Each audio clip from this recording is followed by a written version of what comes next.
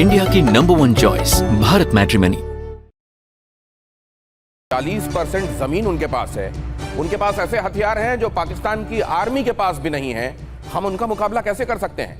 अगर पाकिस्तान के रक्षा मंत्री ख्वाजा आसिफ ये बातें बलोच विद्रोहियों के लिए कर रहे हैं तो इस समय पाकिस्तान किस तरह की मजबूरी महसूस कर रहा है बलोच विद्रोहियों के आगे? ऑपरेशन हैरॉफ 2 यही नाम दिया है बलोच लिबरेशन आर्मी ने उस ऑपरेशन का, जो शनिवार से मुस्तकिल जारी है। अलग अलग जगहों पर, पाकिस्तान के अलग अलग जगहों पर, खास तौर से बलूचिस्तान में 1 दर्जन से ज्यादा जगहों पर हमले किए गए हैं ऑपरेशन हैरॉफ पार्ट 2 के तहत। और इसमें कहा यह जा रहा है कि 250 से ज्यादा पाकिस्तानी सैनिकों को मार डाला गया है। हालांकि पाकिस्तान की तरफ से इस तरह की स्वीकारोक्ति नहीं है, लेकिन यह तय है कि यह हमला बहुत बड़ा नुकसान पहुंचा कर गया है पाकिस्तान के डिस्पेंसेशन को। क्या चल रहा है और क्या बलूचिस्तान, जो न जाने कितनी बार अपनी आजादी का ऐलान कर चुका है, अपनी मुक्ति का ऐलान करने के साथ दुनिया से यह भी कह रहा है कि हमको एक्नॉलेज कीजिए अलग मुल्क के तौर पर, क्योंकि हम पर एक्सेशन नहीं हुआ था, हमने कोई विलय नहीं किया था पाकिस्तान के साथ, बल्कि हमको जबरन विलय कराया गया था, हम पर कब्जा किया गया था। क्या बहुत जल्द हम ये देखने वाले हैं बलूचिस्तान एक अलग एंटिटी होगा? जरा ये खबरें देखिए, उसके बाद आज के मेहमानों से चर्चा करके इसको और विस्तार से समझते हैं। बलूचिस्तान में और आक्रामक हो गई बलोच लिबरेशन आर्मी की जंग। वो पसनी हो, इन तमाम जगहों से इसी तरह की फायरिंग की आवाजें, धमाकों की आवाजें आ रही हैं। ऑपरेशन हैरॉफ, अगली खबर देखिए जरा, इसी से जुड़ी हुई ऑपरेशन हैरॉफ 2.0। इसमें बीएलए को बड़ी कामयाबी।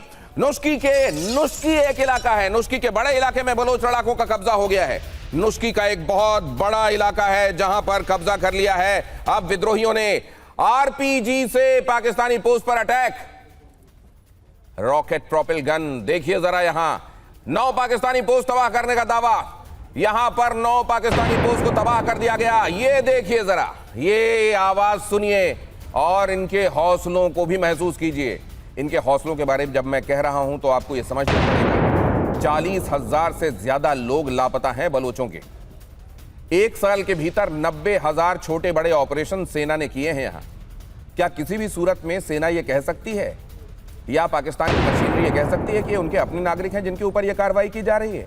अगर सेना को किसी जगह पर 90,000 से ज्यादा छोटे बड़े ऑपरेशन 1 साल के भीतर करने पड़े तो जाहिर है वो कोई ऐसा इलाका है जिसको कब्जा करके रखा गया है, क्योंकि वहां के अधिकांश लोग ये नहीं चाहते कि पाकिस्तान के साथ उसके वजूद को तस्लीम किया जाए। उसका अलग वजूद है और उस अलग वजूद को दुनिया एक्नॉलेज करे, बलूचिस्तान का कहना यह है। अगली खबर देखिए, नुस्की में हमलों से कांपी पाकिस्तानी फौज। पाकिस्तानी फौज की हालत खराब है। बीएलए के फाइटर्स मैन पैड से कर रहे हैं हमला। Man portable air defence system, man pad, उससे हमला हो रहा है। आरपीजी से हमला हो रहा है। खतरनाक AK-47, 56 बलोच लड़ाकों के पास है। बीएलए की मजीद ब्रिगेड, अब आपको यह भी बता दें यह मजीद ब्रिगेड क्या है। मजीद ब्रिगेड असल में 2 भाइयों के नाम पर इसका नाम पड़ा है मजीद, और यह फिदाइन हमलों तक के लिए जानी जाती है। ये 2 भाई, जिनमें से एक 1974 में और दूसरा 2010 में मारा गया था, मजीद सीनियर और मजीद जूनियर के नाम पर इस ब्रिगेड का नाम रखा गया है मजीद ब्रिगेड। और ये मजीद ब्रिगेड जो है वो फिदाइन हमलों तक के लिए जानी जाती है। बीएलए की मजीद ब्रिगेड का कई फ्रंट्स पर कब्जा, 33 इलाकों में आमने सामने की जंग जारी। ऐसे 33 इलाके, पहले दिन खबर आई हैरॉफ में 12 जगहों को निशाना बनाया गया, फिर इलाके कुछ और बढ़ गए और अब ये बढ़ते बढ़ते 33 इलाकों तक बात पहुंच गई है। इसका मतलब, इसका अंदाजा, इससे आप ये तात्पर्य लगा सकते हैं कि पूरे बलूचिस्तान में लगभग ये आग फैल गई है और इसको बुझाना फिलहाल पाकिस्तानी मशीनरी के बूते का नहीं लग रहा। और इसीलिए वो ये खुलकर मान रहे हैं कि न सिर्फ भौगोलिक जानकारियों का, भौगोलिक परिस्थितियों का बेहतर फायदा बलोच लड़ाके उठा रहे हैं, बल्कि उनके पास वो सोफिस्टिकेटेड वेपन्स हैं जो कि, जिनमें से कई वेपन तो पाकिस्तानी आर्मी के पास भी नहीं है। यहां जरा देखिए किस तरह का हमला बोला गया है। इन आवाजों को सुनिए और बलूचिस्तान में चल रहे घटनाक्रम को महसूस कीजिए। आगे मैं अपनी प्रोडक्शन टीम से कहूंगा कि ये तस्वीरें एक साथ टेलीविजन स्क्रीन पर संजो दीजिएगा, ताकि पूरे इलाके में अलग अलग जगहों से आई हुई इन तस्वीरों को एक साथ देखकर भी अंदाजा लगाया जा सके कि बलूचिस्तान में चल क्या रहा है। अगली खबर देखिए, बलूचिस्तान के कई इलाकों में बीएलए का कब्जा हो गया है। कई इलाके ऐसे हैं जहां पूरे तौर पर अब बीएलए काबिज है। वहां पर पाकिस्तानी सेना की अब कोई पेश नहीं चल रही। नुश्की में पेट्रोलिंग कर रहे बीएलए के लड़ाके। नुश्की में खास तौर से एक बड़ा भूभाग ऐसा जिसमें अब बलूचिस्तान के लड़ाकों का कब्जा है। खुलेआम रिहायशी इलाकों में घूमते नजर आ रहे हैं बलोच लड़ाके। रिहायशी इलाकों में, वहां की गलियों में बलोच लड़ाके खुलकर घूमते नजर आ रहे हैं। जैसा मैंने आपको बताया, मस्तुंग, पसनी, क्वेटा, ग्वादर, ये तमाम जगह ऐसी जहां पर बलोच लड़ाकों ने एक साथ सिंक्रोनाइज्ड अटैक किया है। पहले 12 और अब ये बढ़ते बढ़ते 33 इलाकों तक मामला पहुंच गया है और इस तरह की रणनीति के साथ हमला किया गया है कि इस समय सूझ नहीं रहा है पाकिस्तानी डिस्पेंसेशन को कि किया क्या जाए। तीनों खबरें आपके सामने और ये बताने के लिए काफी कि इस समय बलूचिस्तान में क्या चल रहा है और बलूचिस्तान में हालात क्या हैं पाकिस्तानी सेना के लिए। यहां आरपीजी से किस तरीके से हमला किया जा रहा है, मैन पैड्स का इस्तेमाल किया जा रहा है, मजीद ब्रिगेड किस तरीके से कई इलाकों को अपने कब्जे में कर चुकी है और वहां अब पाकिस्तानी सेना का नामो निशान नहीं दिखाई दे रहा है। तो क्या बलूचिस्तान से पाकिस्तान की आर्मी की पूरी तरह विदाई? अब ये वक्त की बात है। क्या बलूचिस्तान एक आजाद एंटिटी के तौर पर हम जल्द देखेंगे? अब आपको मैं थोड़ा सा इतिहास भी बता दूं।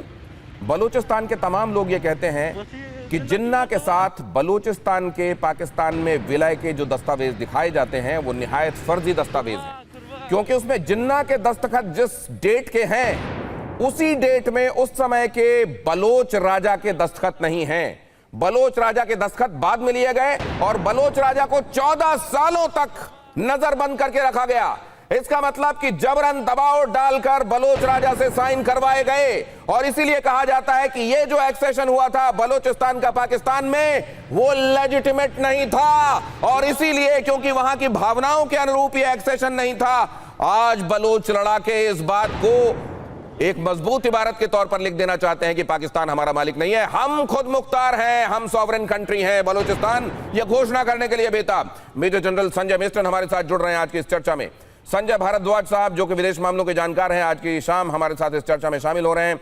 आरजू काजमी पत्रकार हैं, पाकिस्तान से हमारे साथ अक्सर जुड़ी होती हैं और उनकी साफ गोई, सच्चाई, दो टूक, अप फ्रंट सच कहने के लिए आप सब उनको जानते हैं। इसके अलावा बिलाल बलोच हमारे साथ जुड़ेंगे, पत्रकार हैं और खास तौर से उनके नाम से ही आपको अंदाजा ये लग सकता है कि वो इलाके की जो बारीकियां हैं, नुआंसेस हैं, उनको बहुत अच्छी तरीके से जानते हैं और आपके सामने रख सकते हैं। सबसे पहले तो मैं आरजू काजमी जी आपके साथ शुरुआत करना चाहूंगा।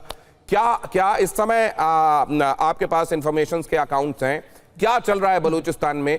पहले 12, अब बताया जा रहा है कि 33 ऐसी जगह हैं जहां बलूचिस्तान के लड़ाके जो हैं हमले कर रहे हैं और ख्वाजा आसिफ का ये कह देना कि ना तो हम वहां की भौगोलिक परिस्थितियों का अच्छे से इस्तेमाल कर पा रहे हैं, ना हमारे पास वो सोफिस्टिकेटेड वेपन्स हैं, इसके मायने क्या है? देखिए, बिल्कुल अभी फिलहाल तो ऑपरेशंस जो हैं वही चल रहे हैं और वहाँ पर जैसे आपने भी बताया कि कई जगह पर अटैक किया गया है बीएलए की तरफ से और ख्वाजा आसिफ साहब का जो उन्होंने बात की है पार्लियामेंट में खड़े होकर के, हमारे पास वैसे हथियार नहीं हैं, जितने जदीद हथियार जो हैं वो बीएलए के लोगों के पास हैं। ये बात भी सभी सुन चुके हैं, सभी को मालूम है। अब इनको चाहिए कि ये पॉलिटिकल वॉर है एक तरह की, इन लोगों के साथ बैठकर बात की जाए। सिर्फ ये कह देने से कि जी पाकिस्तान का हिस्सा है बलूचिस्तान, अभी तो हम चाहे उसके रेयर अर्थ मिनरल्स हो, चाहे उसकी कोई चीज़ हो, उसको हम कहीं भी दे सकते हैं, या ये कि मिसिंग पर्सन्स का जो इशू है उसके ऊपर काम करने के बजाय अगर आप डॉक्टर मारंग बलोच को अरेस्ट कर लेंगे, उसके बाद ईमान मजारी को अगर आप सिर्फ ट्वीट करने पे 17 साल की जेल दे देंगे, तो ऐसे मामला ठीक नहीं होंगे। पाकिस्तान की इस वक्त गवर्नमेंट के हाथ से बलूचिस्तान का मामला निकलता हुआ दिखाई दे रहा है और अगर इन्होंने फौरी तौर पे कोई सही पॉलिसी ना बनाई और वहाँ के लोगों से बातचीत करके इस मामले को ठंडा ना किया तो यकीनन ये फिर वही गलती दोहराएंगे जो इन्होंने 71 में दोहराई थी। ये बहुत बड़ी बात आरजू काजमी जी कह रही हैं, इसकी एक ब्रेकिंग बनाइए और फ्लैश कीजिए। आरजू काजमी जी कह रही हैं कि पाकिस्तान की मशीनरी के हाथ से बलूचिस्तान का मुद्दा निकलता हुआ दिखाई दे रहा है। इंडिया की नंबर 1 चॉइस भारत मैट्रिमनी।